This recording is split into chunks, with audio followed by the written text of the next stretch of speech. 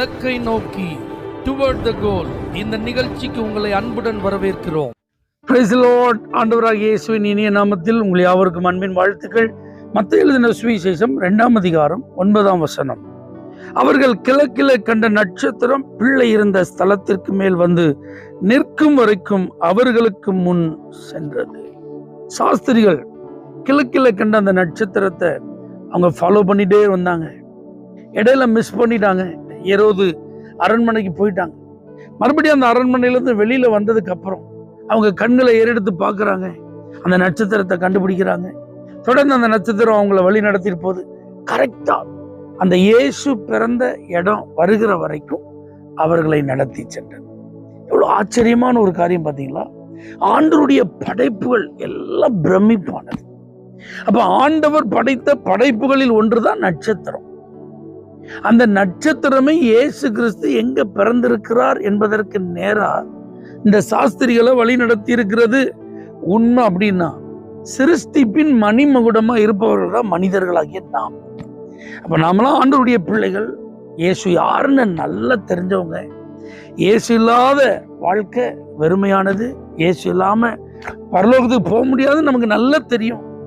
அப்போ நம்மை சுற்றிலும் நூற்றுக்கணக்கான மக்கள், ஆயிரக்கணக்கான மக்கள், லட்சக்கணக்கான மக்கள் வாழ்ந்து கொண்டிருக்கிற இந்த சூழ்நிலைகளிலே நாம இந்த வழி தெரியாம இருக்கிறவங்களை இயேசுநாதர்கிட்ட நடத்துறோமா?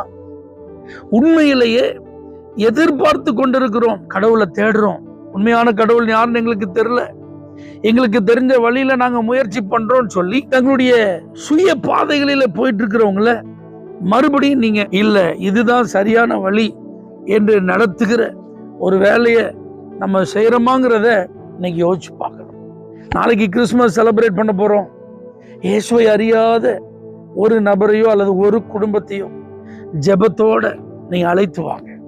நீங்க எந்த இடத்துல ஆலயத்திலே கடந்து சென்று கிறிஸ்துமஸ் ஆராதனையில பங்கெடுக்கிறீங்களோ அந்த இடத்துல அவர்களும் வந்து ஆண்டவராகிய இயேசு கிறிஸ்துவை ஆராதிப்பதற்கும் அவரை குறித்து சொல்லப்படுகிற அந்த நற்செய்தி வார்த்தைகளை கேட்பதற்கும் தயவாக முயற்சி பண்ணுங்க.